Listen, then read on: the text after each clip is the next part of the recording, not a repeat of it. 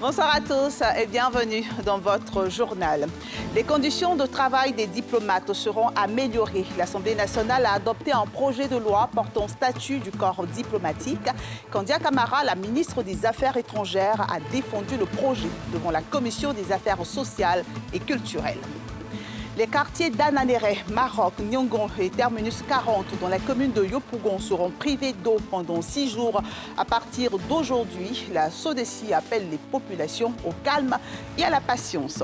Et puis au Sénégal, le gouvernement promet la fermeté face aux troubles après les déclarations d'Ousmane Sonko qui affirme vouloir marcher sur Dakar à la tête d'un convoi populaire.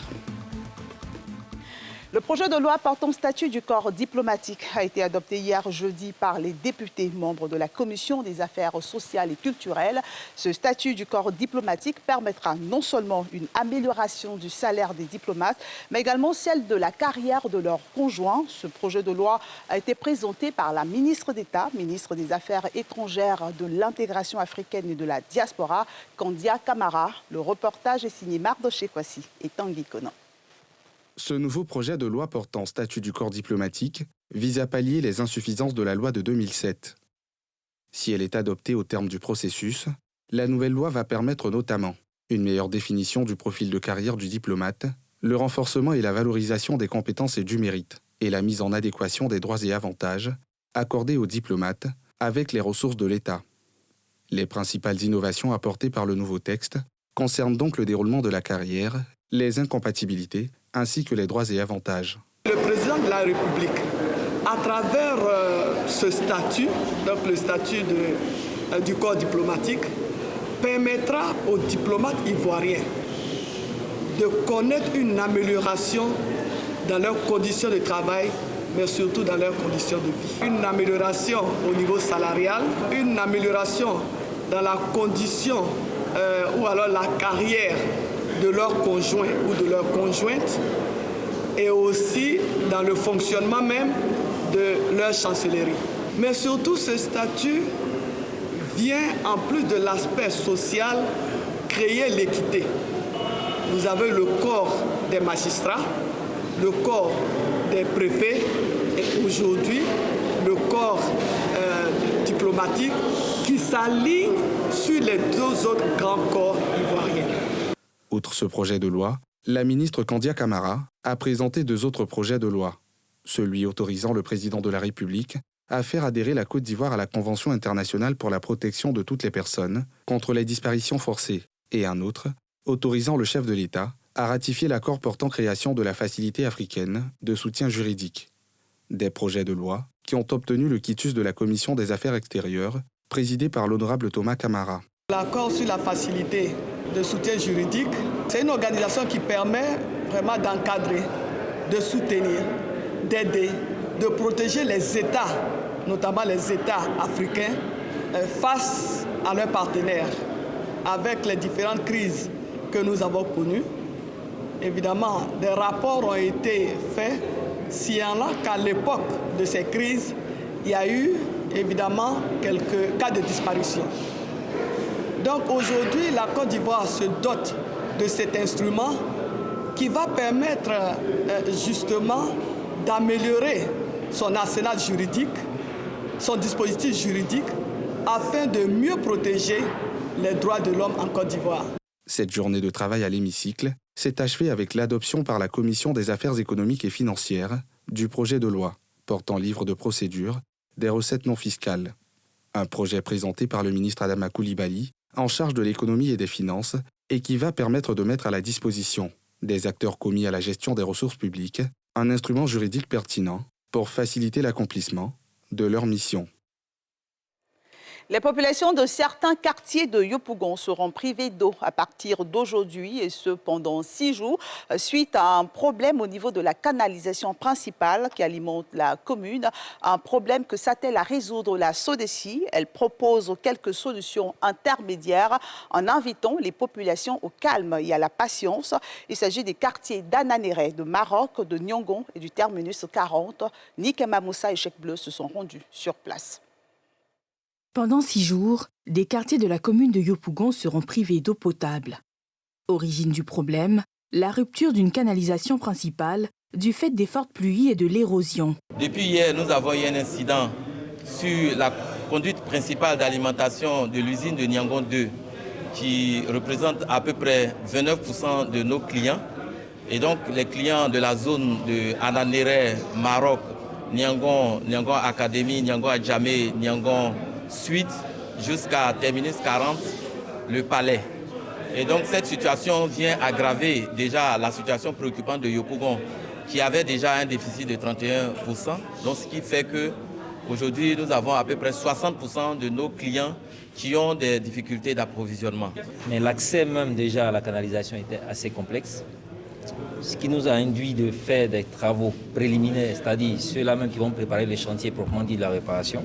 Donc c'est ce qui est en cours maintenant. On a des informations en temps réel qui nous montrent que ça avance vraiment très bien. Et donc juste après ces travaux, nous on va attaquer effectivement la réparation proprement dit. Pendant ces 6 jours, des camions-citernes prendront le relais de la distribution d'eau. Augmenter le nombre de camions-citernes qui distribuent l'eau dans les différents quartiers pour qu'on puisse assez rapidement finir et que les populations dans l'attente puissent déjà s'approvisionner et pouvoir s'alimenter. Pour certains qui sont en bout de réseau, comme le DL a expliqué tantôt, ils auront de l'eau un peu après les autres. Ce qui veut dire que les camions-citernes continueront leur rotation jusqu'à ce que tout le monde, tous ceux qui avaient l'eau auparavant, puissent en avoir. De 51%, le déficit d'eau dans la plus grande commune d'Abidjan passera à 60%. De quoi inquiéter les populations. Mon souhait, c'est que ce problème puisse se résolver rapidement pour que nous puissions avoir de l'eau. Parce qu'il y a manque d'eau et ce problème vient s'ajouter, ça devient plus grave. Le coût est dur, mais que faire? Il faut attendre les 6 jours, voir comment la SODECI va réagir pendant ces 6 jours par ces mesures alternatives, si ces mesures sont respectées, et que nous puissions avoir l'eau parmi ces 6 jours, gloire à Dieu. Mais au cas où ça ne va pas, que les 6 jours ne sont pas respectés, nous serons obligés de revenir à la SODECI pour qu'on puisse avoir solution à ce problème-là. Selon le dernier recensement général de la population, Yopougon est la commune la plus peuplée du pays. Une commune qui fait déjà place à plusieurs interruptions d'eau. La lutte contre la pollution des déchets plastiques s'amplifie. Les enfants sont désormais engagés dans cette lutte lors de la conférence des mini-justiciers organisée par l'ONG Blue Côte d'Ivoire. Ce ne sont pas des adultes qu'on a vus à l'œuvre, mais des enfants venus des lycées et collèges de plusieurs établissements. Ils y ont pris part en qualité de panélistes pour montrer leur engagement dans la préservation de l'environnement. Le reportage de Pierre Appro et de Karine Kassi. Pendant près de 4 heures, ils ont démontré leur talent et leur engagement dans la préservation de l'environnement.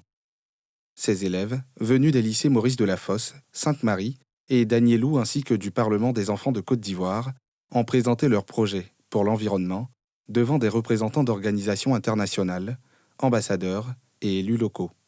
À cette allure, l'on estime que les océans contiendront plus de plastique que de poissons d'ici 2050, soit 750 millions de tonnes. Des projets qui étaient en compétition pour l'opportunité d'un accompagnement et d'une implémentation. Après délibération, impossible pour le jury de désigner un gagnant. L'ensemble des projets seront donc associés à une initiative commune qui reprend les éléments de chaque groupe. Notre action s'est portée sur quelque chose de vraiment pratique. On a essayé de mêler l'utile à l'agréable avec notre boîte en plastique. On s'est dit, il faut qu'on fasse quelque chose d'attrayant de ces bouteilles en plastique. Et étant élève, en fait, on essaye de trouver des choses qui peuvent nous amuser lorsqu'on travaille. Et avoir une boîte à stylo aussi bien décorée sur sa table d'études, ça donne quand même envie d'étudier. La conférence des mini-justiciers est une initiative portée par l'ONG Blue Côte d'Ivoire qui lutte contre la pollution plastique. Ce projet aura beaucoup d'impact dans la mesure où les enfants sont l'avenir. On sait tous que l'enfant est le père de l'homme. Et chaque enfant vit dans une famille, vit dans une communauté. nous avons sensibilisé plus de 1600 enfants. Ces 1600 enfants ont des familles respectives. Ce que je retiens au terme de ces travaux, c'est qu'on a une jeunesse qui est très engagée. On a des têtes solides et pleines. On dit souvent que la jeunesse est très portée sur le divertissement et uniquement. Et aujourd'hui, on a vu quelque chose de différent. On a vu des enfants conscients de leur environnement, conscients des lacunes que notre société a encore. Et ça fait plaisir de savoir qu'on a des futurs leaders qui étaient dans cette salle-là et qui ont proposé des choses concrètes pour l'environnement. Une initiative saluée par les invités de marque qui ont fait le déplacement. C'est bien, 2023, année de la jeunesse. Mais quelle est la terre, l'héritage en termes d'écologie, d'écosystème, d'environnement que nous laissons à cette jeunesse-là? La meilleure des choses que nous pouvons faire, c'est de les impliquer dès le début. Et l'initiative de l'ONG Blue est louable à cet effet parce que nous avons des établissements privés et publics qui ont travaillé pendant plusieurs mois sur des projets écologiques. En Côte d'Ivoire, on estime le nombre de déchets plastiques produits par an à 40 000 tonnes, et dont une grande partie termine dans la nature. Une urgence pour l'environnement dont la jeune génération est plus que consciente et qui réclame du changement. Les universitaires, les magistrats et les journalistes des pays d'Afrique de l'Ouest et du Centre sont réunis dans la capitale économique ivoirienne Abidjan pour un colloque sur la communication des juridictions antiterroristes. Au cœur des travaux scientifiques, l'analyse des entraves et contraintes à une communication structurée et adaptée à celle des médias pour mieux contrer l'hydre terroriste. C'est une initiative du groupe de recherche des stratégistes de Côte d'Ivoire et de l'Association béninoise d'études stratégiques et de sécurité. Le reportage de Thiemé Dondji et de Cheikh Bleu. Acteurs du monde universitaire, judiciaire et médiatique de l'Afrique de l'Ouest et du Centre, à l'école d'une communication antiterroriste, structurée et apaisée, entre deux parties prenantes, pour plus d'efficience et d'efficacité au terrorisme. La Tribune, le colloque sous-régional avec pour thème la communication des juridictions antiterroristes en Afrique de l'Ouest, évaluation et perspective. Avant les travaux scientifiques, organisateurs et partenaires déclinent enjeux et attentes. La réflexion stratégique prend de plus en plus de place en Afrique. Il n'existe plus d'universités, de centres de recherche où les questions autour du terrorisme, les questions autour des armées soient produites partout en Afrique. Nous aurons d'une part chercheurs, praticiens, société civile pour réfléchir ensemble, pour essayer de trouver les meilleurs angles pour nos lois et pour la communication autour de la pratique de ces lois et de l'environnement terroriste. Pour qu'ensemble on puisse apporter une vraie réponse et une bonne réponse au phénomène terroriste. Nous nous attendons à ce qu'Abidjan marque un pas décisif dans le diagnostic et la recherche de solutions inhérentes à la performance de la justice dans la lutte contre le terrorisme. En tout cas, les différents thèmes de panel et les sous-thèmes y relatifs ne visent pas autre chose que de nous voir allier théorie et pratique en vue de la production de solutions innovantes, mais également opérantes. Sur quoi communiquer? Pour cela, il faut une stratégie bien pensée et efficace, non seulement de la part des autorités antiterroristes, mais aussi de la police et de l'armée chargée de ces affaires, et enfin de l'ensemble du gouvernement des pays concernés. Si cette communication n'est pas coordonnée, proactive, ou si elle n'est pas véridique, cela ouvre la porte aux fausses nouvelles qui sont désormais principalement diffusées par les médias sociaux et font finalement le jeu des terroristes. Ce dont nous avons besoin maintenant, c'est d'une amélioration de la communication externe des juridictions antiterroristes en Afrique de l'Ouest, ainsi que d'une meilleure coopération et d'un meilleur échange interne entre les juridictions des pays concernés. Place au panel. Les premiers orateurs, un magistrat, Émile Zerbo, procureur du pôle judiciaire antiterroriste de Ouagadougou, au Burkina Faso. Un enseignant-chercheur en sciences politiques de l'université de Yaoundé 2 au Cameroun, Dr Édouard Yogo, et un journaliste de la nouvelle chaîne ivoirienne NCI, par ailleurs président du réseau des professionnels des médias pour la prévention de l'extrémisme violent en Côte d'Ivoire. Tous passent en revue le dilemme des deux temps communicationnels, juridictions antiterroristes et médias, qui s'excluent. Des recommandations sont alors formulées dans le sens de concilier urgence sécuritaire, temps communicationnel des juridictions antiterroristes et temps des médias. Des attentes pour toutes les parties prenantes à ce rendez-vous scientifique, engagé pour une lutte antiterroriste, inclusive et efficace en Afrique de l'Ouest et du centre. Le 11 mai dernier, le PPACI, à travers son porte-parole Justin Koné-Katinon, a dénoncé des dispositions porteuses de germes de conflit dans la loi sur le foncier rural et réclame un débat politique public. Face à cette polémique, le ministre d'État, ministre de l'Agriculture et du Développement rural, Adjoumani Kobenon-Kwasi, était face à la presse pour expliquer le dispositif sur les terres sans maître édité dans un décret sur le foncier rural. Issa Koné. Suite aux critiques du porte-parole du PPACI, Parti des peuples africains de Côte d'Ivoire, sur la nouvelle loi du foncier rural, la position du ministère de tutelle était attendue. Elle est désormais connue. Face à la presse, le ministre d'État Kobenon-Kwasi Adjoumani fait des éclairages, relevant dans la foulée que la loi modifiée et adoptée en 2019 vient plutôt réglementer le domaine du foncier rural et partant éviter les abus de tout genre. Il convient de rappeler que l'article 2 de la loi relative au domaine foncier rural indiquait déjà à la promulgation que le domaine foncier rural est composé à titre permanent des terres propriétés de l'État, des terres propriétés des collectivités publiques, ainsi que des particuliers et des terres sans maître. Aussi, son article 6 prévoyait simplement que les terres sans maître appartiennent à l'État et que le défaut de maître était constaté par un acte administratif sans préciser la nature de cet acte et sans indiquer la procédure à suivre. En Côte d'Ivoire, la loi sur le foncier rural alimente la polémique depuis son adoption en 1998. Celle modifiée en 2019 n'échappe pas aux critiques au point de susciter des tensions entre les partis politiques. Pour rappel, après la récente déclaration de Katinon Koné pour le compte du PPACI, le porte-parole du PDCI, Soumaïla Bredoumi, avait formulé des critiques similaires. Des points de vue battus en brèche par le ministre d'État, Adjoumani Kobenon, pour le compte du RHDP. Le samedi 28 mai se tiendra la Journée mondiale de l'hygiène menstruelle. En prélude à cette célébration, une journée de sensibilisation des élèves a été organisée à Tiasalé. Au cours de cette cérémonie, l'importance de doter les écoles d'installations sanitaires appropriées a été relevée. Les explications de Nadia Iga et d'Eric Kimo. Le premier jour où mes menstruations sont venues, j'avais 12 ans. J'étais en classe. Quand c'est venu, je me sentais bizarre. C'est comme si j'avais froid. Et je me suis abaissée pour prendre graine. Et j'ai vu qu'il y avait sang sur ma robe. J'ai commencé à crier. Je pensais que j'étais blessée. Et mon maître m'a dit d'aller à la maison.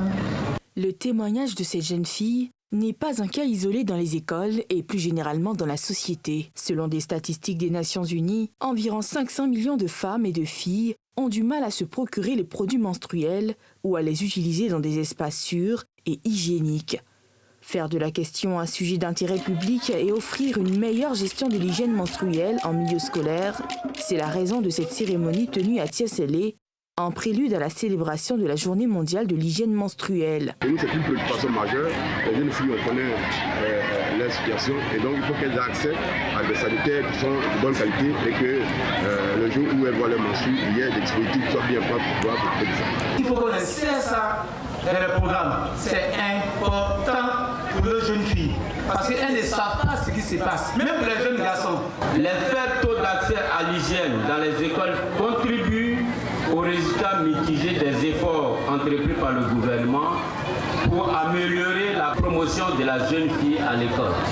Ces infrastructures permettront aux jeunes filles d'avoir un endroit privé et plus discret pour gérer leur cycle menstruel lorsqu'elles sont à l'école. Initiée depuis 2014, la journée de l'hygiène menstruelle se tient chaque 28 mai. Elle vise à briser les tabous et sensibiliser sur l'importance d'une bonne hygiène menstruelle. C'est pas blessé. Toi, tu es bizarre et tu n'as pas blessé puis tu as faim.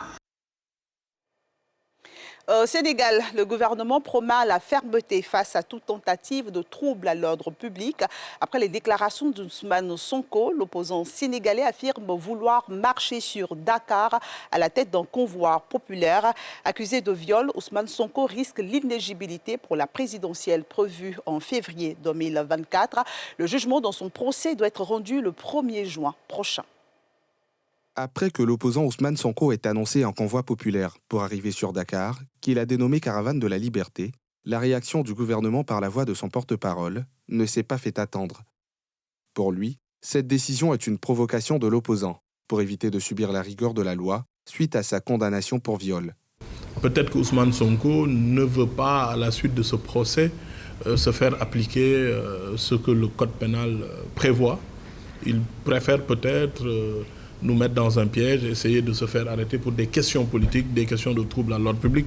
C'est toujours anoblissant pour certains hommes politiques de se faire arrêter pour des questions politiques et pour éviter l'infamie. Le porte-parole du gouvernement met donc en garde contre la tenue de manifestations qu'il qualifie de tentative de trouble à l'ordre public. Maintenant, qu'il veuille marcher sur Dakar, ce n'est pas un problème, mais l'État restera ferme sur tout acte de trouble à l'ordre public. Lors des élections présidentielles de 2019, Ousmane Sonko est arrivé 3e.